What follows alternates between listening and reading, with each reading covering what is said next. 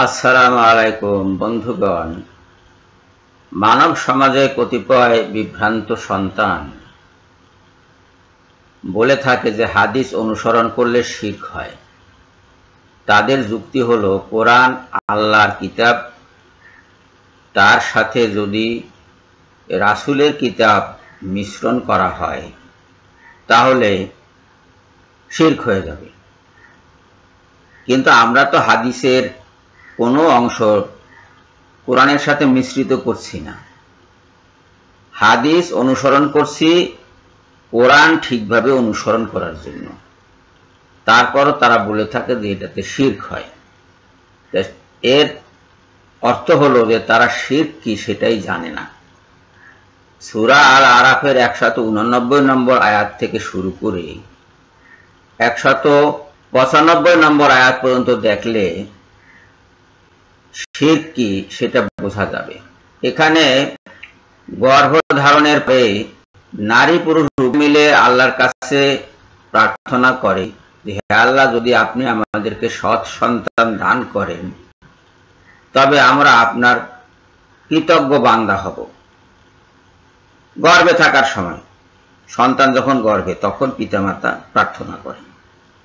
কিন্তু 190 নম্বর আয়াতে এসে কি বলা হচ্ছে, অতঃপর তিনি যখন তাদেরকে সৎ ও সুস্থ সন্তান দান করেন তখন তারা আল্লাহর দেয়া এই দানে অংশ স্থাপন করে। তারা অংশ স্থাপন করে কিভাবে?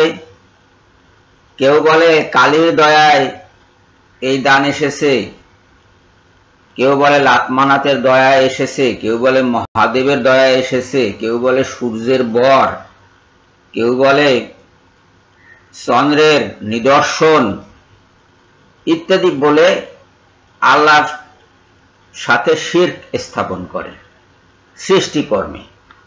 কিন্তু আল্লাহর ভাষ্য হলো, তারা কি এমন বস্তুকে অংশী করে থাকে যারা কোনো বস্তু সৃষ্টি করে না, অর্থাৎ সৃষ্টি কার্যে অংশে স্থাপন করে। তারা নিজেরাই সৃষ্টিকৃত। এই যে এখানে বলা হচ্ছে মা লা ইয়াখলুকু শাইআন ওয়া হুম ইয়াখলাকুন, তারা কোনো কিছু সৃষ্টি করে না, বরং তারা নিজেরাই তো সৃষ্টিকৃত, আল্লাহ কর্তৃক সৃষ্টিকৃত। তার মানে যখন কেউ আল্লাহর কোনো সৃষ্টি কার্যে তার সাথে শরীক করে কাউকে, তখন শিরক হয়। এই গেল শিরকের একটা রীতি। হাদিস শরীফে এমন কোনো কথা নাই যা দিয়ে রাসূল সাল্লাল্লাহু আলাইহি সাল্লামকে আল্লাহর সৃষ্টি কার্যে শরীক স্থাপন করা হয়। কাজেই এই শিরক থেকে হাদিস মুক্ত। 192 নম্বর আয়াতে বলা হচ্ছে, এই শরীককৃত জিনিসসমূহ যেমন তাদের কোনো সাহায্য করার ক্ষমতা রাখে না, তেমনি নিজেদেরকেও কোনো সাহায্য করতে পারে না। হাদিস শরীফে এমন কোনো বিষয় নাই যা দিয়ে প্রমাণ হয় যে রাসূল কাউকে সাহায্য করেছে। রাসূল সবসময় বলেছেন যে সাহায্য আল্লাহর পক্ষ থেকে আসে এবং তিনি প্রতিটি কাজে আল্লাহর সাহায্য চেয়েছেন এবং মানুষকে শিক্ষা দিয়েছেন আল্লাহর কাছে সাহায্য চাওয়ার। নামাজ, যে নামাজ শিক্ষা দিয়েছেন আল্লাহর রাসূল, সেই নামাজের শুরুতে কি বলা হয়? আমরা শুধু আপনারই সাহায্য চাই, আপনার ইবাদত করি এবং আপনার সাহায্য চাই। সূরা ফাতিহা দেখুন, আপনারা বিশ্বাস না হয়। তোমরা যদি ওদেরকে সৎপথে ডাকো তারা তোমাদের অনুসরণ করবে না। তাদেরকে ডাকতে থাকা অথবা তোমাদের চুপ করে থাকা উভয়ই তোমাদের পক্ষে সমান। এটা আল্লাহ পাক রাসূল সাল্লাল্লাহু আলাইহি সাল্লামকে বলছেন যে তোমরা যদি তাদেরকে, অর্থাৎ এই বিভ্রান্ত লোকজনদেরকে, মুশরিকদেরকে সৎপথে ডাকো তাহলে তারা আসবে না, তাদের ডাকা না ডাকা সমান। 194 নম্বর আয়াতে আল্লাহ পাক বলছেন যে আল্লাহ ছাড়া তোমরা যাদেরকে ডাকো তারা তো তোমাদেরই ন্যায় বান্দা। সুতরাং তোমরা তাদেরকে ডাকতে থাকো যদি তোমরা সত্যবাদী হও। অর্থাৎ বান্দা ডাকে, ডাকা মানে কি? জিকির করে, তাদের জিকির করে, বড় বড় মালা, জপমালা নিয়ে তারা ওইসব দেবদেবীর জিকির করতে থাকে, আল্লাহর জিকির বাদ দিয়ে। কিন্তু হাদিস শরীফে কোনো দেবদেবীর জিকির করতে বলা হয়নি, মুহাম্মদ সাল্লাল্লাহু আলাইহি সাল্লামের জিকির করতে বলা হয়নি হাদিস শরীফে। হাদিস শরীফে যেটা বলা হয়েছে আল্লাহর জিকির করো, সকাল সন্ধ্যায় কিভাবে জিকির করতে হবে, প্রত্যেক নামাজের পরে কিভাবে আল্লাহর জিকির করতে হবে, শয়নের সময় কিভাবে জিকির করতে হবে আল্লাহর, ঘুম থেকে ওঠার সময় কিভাবে আল্লাহর জিকির করতে হবে, প্রতিটা কাজের সময় কিভাবে আল্লাহর জিকির করতে হবে, তার সমস্ত নির্দেশনা হাদিস শরীফে আছে। কাজে এই হাদিসের মাঝে এই জাতীয় শিরক নাই, অর্থাৎ আল্লাহকে বাদ দিয়ে অন্যের জিকির করার শিরক হাদিস শরীফে নাই। হাদিস শরীফ শিরক মুক্ত। এরপর আসে মূর্তি গড়া। তাদেরকে পা আছে যার দ্বারা তারা চলছে, তাদেরকে হাত আছে যার দ্বারা কোনো কিছু ধরে থাকে, তাদের কি চক্ষু আছে যার দ্বারা দেখতে পারে, তাদের কি কর্ণ আছে যার দ্বারা শুনতে পারে, অর্থাৎ মূর্তির বিষয়। যার সাথে মানে যাকে আল্লাহর সাথে শরীক করা হয় তার মূর্তি গড়া হয়। এখন আমরা মুসলমানরা কি রাসূল সাল্লাল্লাহু আলাইহি সাল্লামের কোন মূর্তি গড়েছি কোথাও? কখনো গড়িনি। বরং হাদিস শরীফ মূর্তি ভাঙার সাক্ষ্য দিচ্ছে, মূর্তি ধ্বংসের সাক্ষ্য দিচ্ছে, মূর্তি পূজা বন্ধের সাক্ষ্য দিচ্ছে এবং নির্দেশ দিচ্ছে মূর্তি পূজা বন্ধ করতে। কাজে এই হাদিস শরীফে শিরক নাই, বরং শিরকের বিপরীত কর্মকাণ্ড রয়েছে। এখন আসুন ইবাদতের বিষয়। ওরা বলে আত্তাহিয়াতু পড়লেই শিরক হয়ে যাবে, এটা নাকি রাসূলের ইবাদত। কিন্তু আত্তাহিয়াতুর শেষ বাক্যটা কি?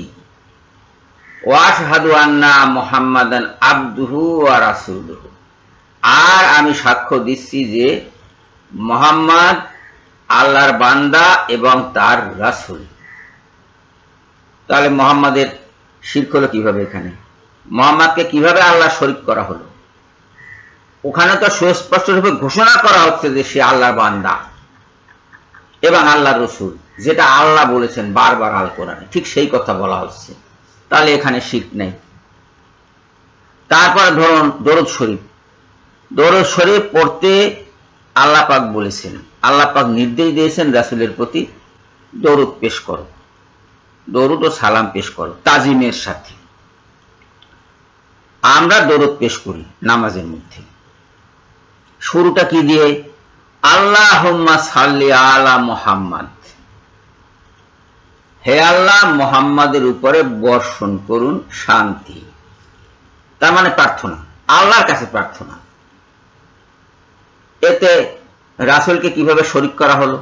আল্লাহর প্রতি, আল্লাহর সাথে করা হলো না। এখন যারা বলছে যে এই প্রচলিত নামাজে শিরক হয়, প্রচলিত হাদিসে শিরক হয়, তারা আসলে বলছে কেন? বলছে তার কারণ তারা হাদিস পড়েনি, হাদিস শিখেনি, হাদিস বোঝেনি, হাদিস জানেনি। তারা কোরআন মানি বলে, কিন্তু কোরআন বোঝেনি, কোরআন পড়েনি, কোরআন শিখেনি, কোরআন শোনেনি, কোরআন জানেনি। অজ্ঞ, মূর্খ। যাদের কথা আল কোরআনে বারবার বলা হয়েছে, যাদেরকে জাহিল বলা হয়েছে, যাদেরকে জালিম বলা হয়েছে, বারবার বলা হয়েছে। এবং এই জাহিল শ্রেণীটাই শেষ পর্যন্ত শিরক এবং কুফরিতে লিপ্ত হয়। হাদিস শরীফে কোনো শিরক নাই, হাদিস অনুসরণের মাঝে কোনো শিরক নাই। হাদিস কোরআন অনুসরণের জন্য রাসূল সাল্লাল্লাহু আলাইহি সাল্লাম যে কাজ করেছেন, যে কথা বলেছেন, তারই বর্ণনা মাত্র। হাদিস রাসূল সাল্লাল্লাহু আলাইহি সাল্লাম যে সমস্ত নির্দেশনা দিয়েছেন মানুষকে আল্লাহর ইবাদত করার জন্য, তারই বর্ণনা মাত্র। এর মাঝে কোনো শিরক থাকতে পারে না, কোনো শিরক নাই। প্রতিটা হাদিস গ্রন্থের শুরু থেকে শেষ পর্যন্ত আপনি হাতিয়ে দেখুন, আপনি খতিয়ে দেখুন, কোথাও কোনো রকম শিরক পাবেন না। বরং শিরক যাতে প্রতিরোধ করা যায়, শিরক যাতে ধ্বংস করা যায়, শিরক যাতে বিনষ্ট করে মানুষকে পবিত্র করা যায়, তারই ব্যবস্থা দেওয়া আছে হাদিস শরীফে। এই হাদিস যারা অমান্য করে তারা কারা? তারা জাহিল। তাদের থেকে আমাদের সতর্ক থাকতে হবে। সবাইকে ধন্যবাদ জানিয়ে এখনকার মতো বিদায় হচ্ছি। আল্লাহ হাফেজ।